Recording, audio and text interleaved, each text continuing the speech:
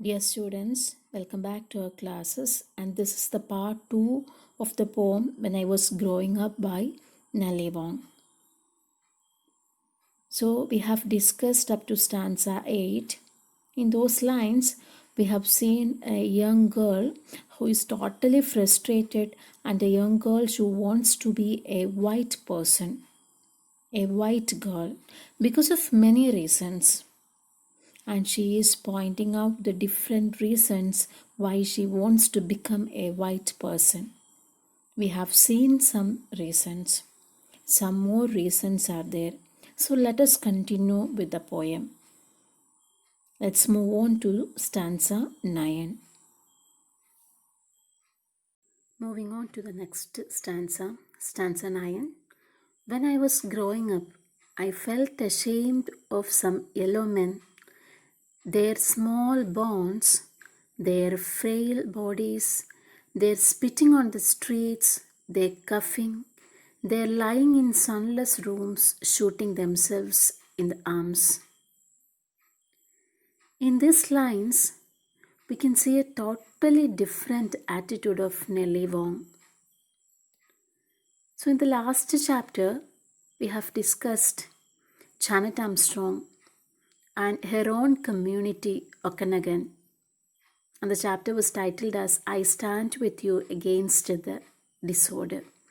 See, the author was too proud of her culture, her tradition, her heritage, everything, her language, everything.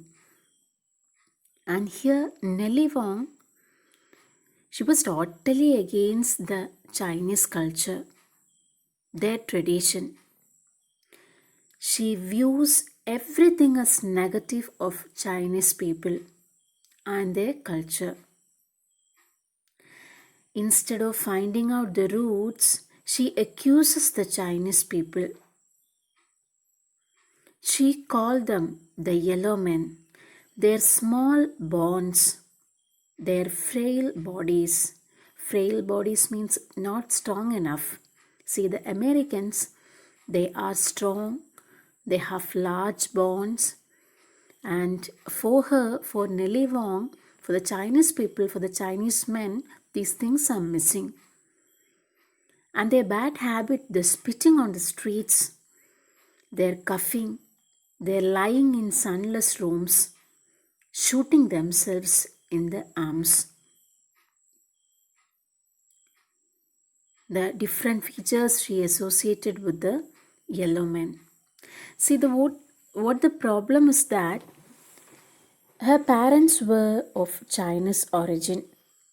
They were Chinese immigrants. And for her, she was born and brought up in America. That is why she does not have that close contact or close attachment with her Chinese culture or Chinese tradition or with Chinese people. And for the first generation, it was quite okay. She belongs to the second generation and they are not ready to accept the older one. So she is talking about the Chinese culture.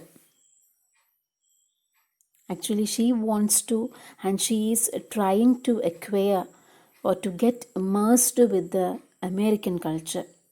And it is not possible for her, and she was so frustrated for the same also.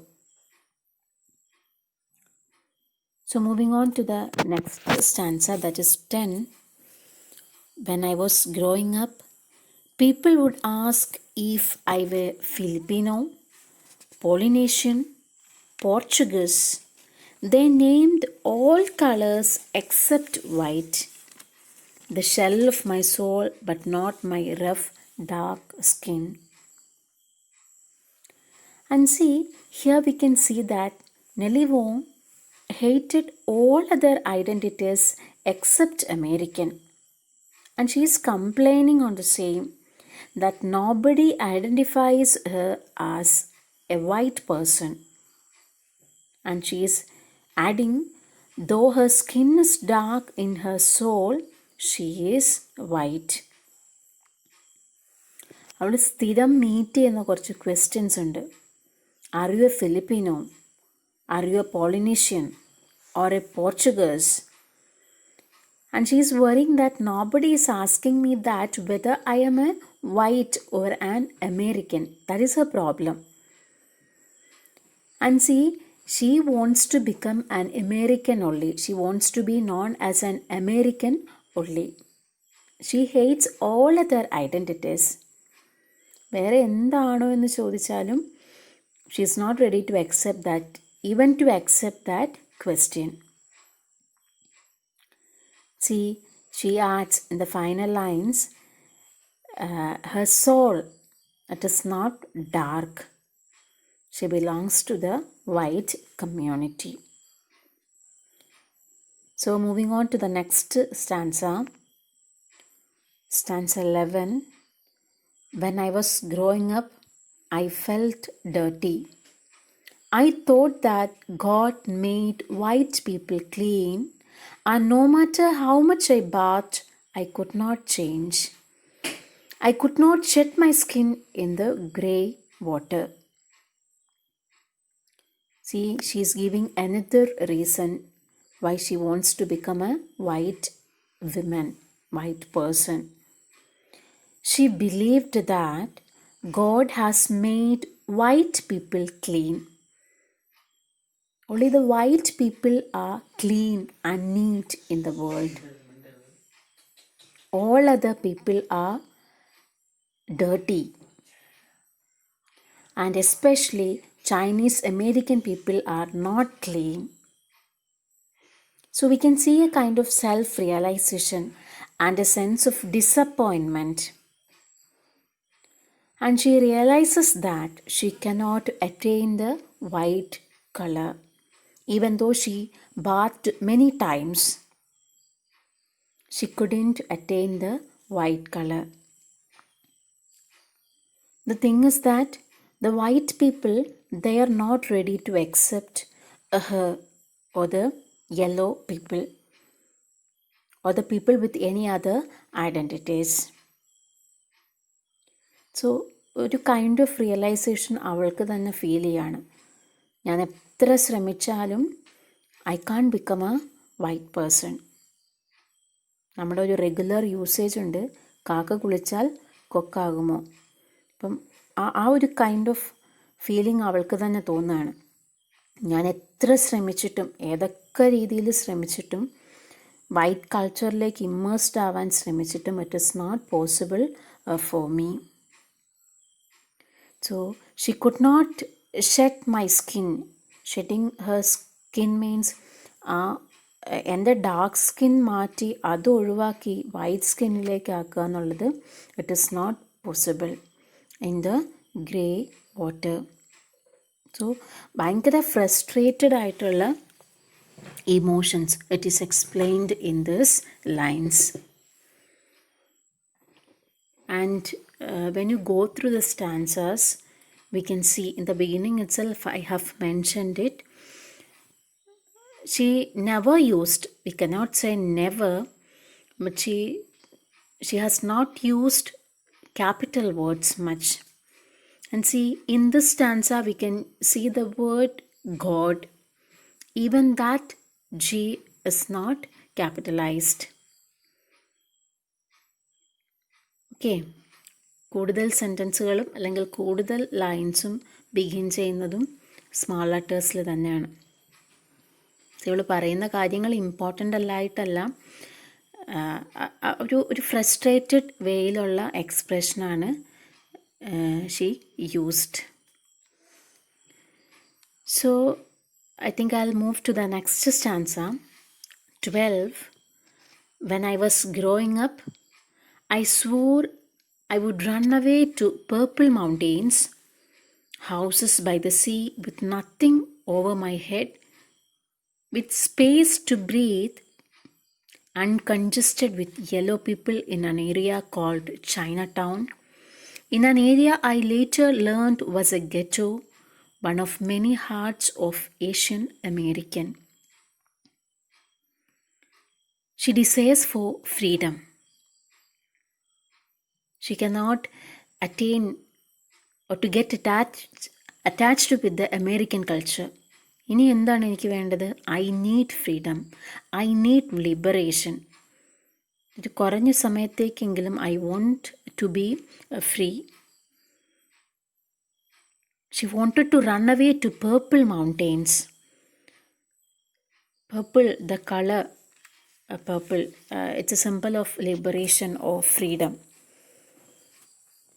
She was craving for a world of freedom. She was craving for a space of peace. Purple for women is a kind of alternate platform for liberation. So she wants to be in the purple mountains, houses by the sea with nothing over my head. യാതൊരു responsibility ഇല്ലാതെ complete free ആയിട്ട് she wants to be in the purple mountains. So it's an imaginary place where she wants to be alone. Not, she doesn't want to be crowded with the Chinese people or to be with the Chinese culture.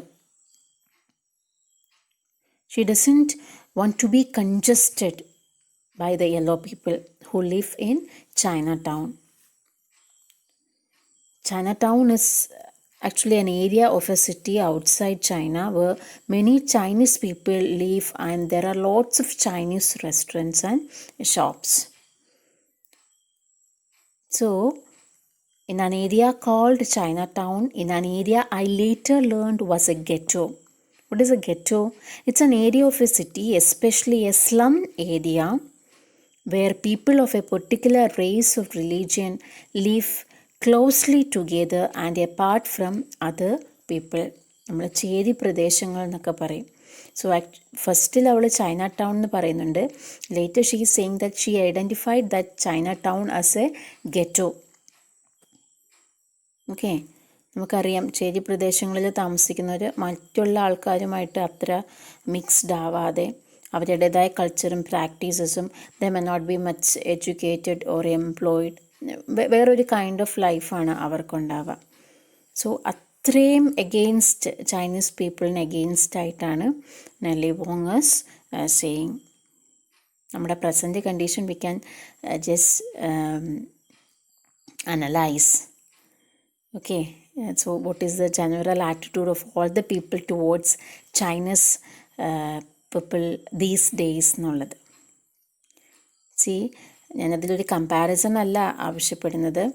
At the same time for the author, for the poet, it is her native place, it is her own land, her own home land.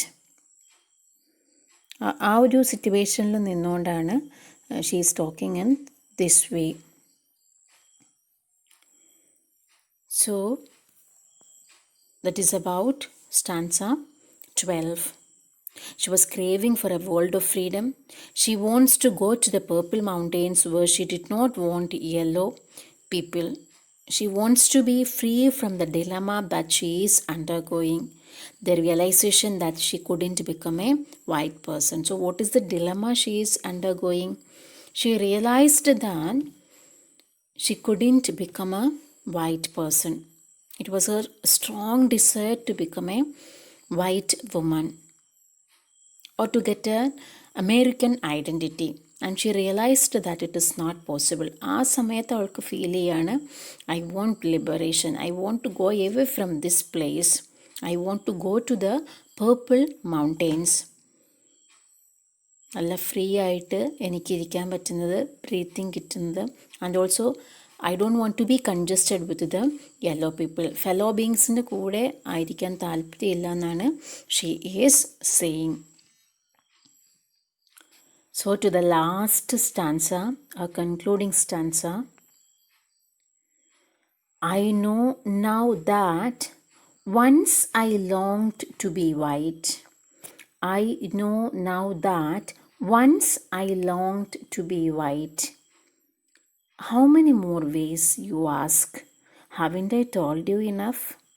So you should note the term once. And now she does not have that wish. ഒരിക്കൽ ഞാൻ അങ്ങനെ ആഗ്രഹിച്ചിരുന്നു. എങ്ങനെ? She longed to be a white person. ഇപ്പം അതില്ല. Now she knows the things very clearly. So അപ്പോൾ ആ strong desire, strong wish ഉണ്ടായിരുന്നത് എപ്പോഴാണ്? When she was a child. ഒരു ചൈനീസ് ഐഡൻറ്റിറ്റി അംഗീകരിക്കാൻ പറ്റാത്ത ഒരവസ്ഥയിൽ അവൾക്ക് തോന്നുന്നതാണ് she wants to be a white എന്നുള്ളത്. Later she came to know that it is not possible at all. We cannot change ourselves, we cannot change our roots. നമ്മൾ എത്ര ശ്രമിച്ചാലും നമ്മുടെ ജീൻസ് അല്ലെങ്കിൽ നമ്മുടെ Roots V cannot change, it is not possible. And for the Americans, they are not ready to accept other people. Okay, later she came to realize the truth. So, I know now that once I longed to be white. How many more ways you ask? Haven't I told you enough? ഞാൻ ഇത്രയും reasons പറഞ്ഞല്ലോ. So, for a child, this is more than enough. അവളുടെ ആ ഒരു growing സ്റ്റേജിലാണ് എന്ത് തോന്നിയിരുന്നത്? I want to be a white person എന്നുള്ളത്. Okay, she long to become white and realised that it is not possible. She does not have the same desire now and she realised her own identity and imbibed it. Nellie Wong concludes the poem by asking that, haven't I gave enough reasons behind my desire? See, ആ identity അംഗീകരിക്കാനായിട്ട് ഒരുപാട് ബുദ്ധിമുട്ടുകൾ അവൾക്കുണ്ടായിരുന്നു. So this is actually the identity crisis she faced. It's not she, most of Asian American or non-Western people face, especially in a Western country. It's a strange experience. We may not be able to understand the same because we do not have such an experience. So in the poem she talks about how each and every non-Western individual grew up in a Western country which is filled with racism, color-coded discrimination. It also talks about how girls grow up in a discourse of beauty. That is very important. So what is the concept of beauty?